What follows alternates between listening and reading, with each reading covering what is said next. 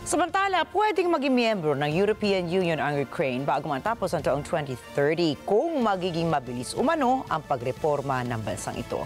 Yan po ang sinabi ni European Commission President Ursula von der Leyen sa isang press conference. Bernhard Gonzaga para sa karagdagang detalye. Noong Lunes, sinabi ni European Commission President Ursula von der Leyen na posibleng makasali ang Ukraine sa European Union bago ang 2030 kung dire-diretso ang reforma ng bansa. But again, I really appreciate the political will that is there. I would even say Ukraine, merits-based process, if they continue at that speed and at that quality, perhaps they could be earlier than 2030. So thank you very much for giving the impulse.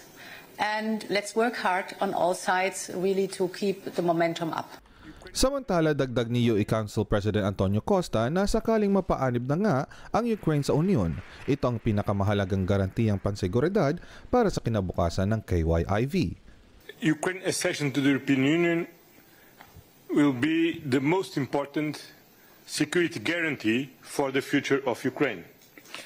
And we have already decided that this new institutional cycle will be the institutional cycle of enlargement to Ukraine, to Moldova, to Western Balkans, and we don't know with Georgia.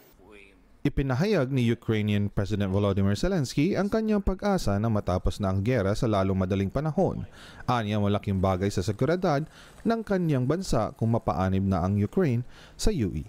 We hope that we can finish this war this year, not in 3 years. It's very, very difficult.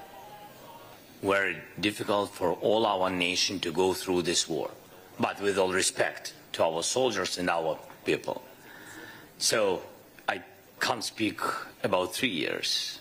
If we speak about how to prepare security because of the Russia, they can come back in 10 years if we will not be prepared.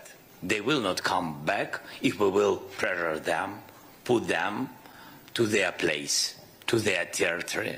And if Ukraine will be in EU and in NATO in closest years, of course it will help us very much. Nagbabala naman si Estonian Prime Minister Kristen Michal na marahil tamaan ng hindi makatarungang kapayapaan ang lahat ng bansa dahil sa pag-iisip na maaaring gawin ng kahit sino ang gusto nitong gawin. The unjust peace probably would hit everybody, also United States, because Iran, North Korea, everybody would assess that they can do whatever they want. So everybody in this probably are together.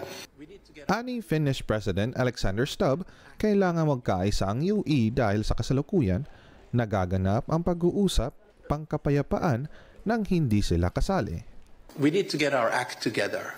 And in order to get an act together, you have to have a plan to the Americans. Because if you don't have a plan to the Americans, you're not going to get involved in negotiations. And right now, the negotiations are happening above our heads without any kind of a plan and strategy. That's why I think this meeting has been extremely important. And that's why I think that the next 2 weeks are crucial also about the future of European security.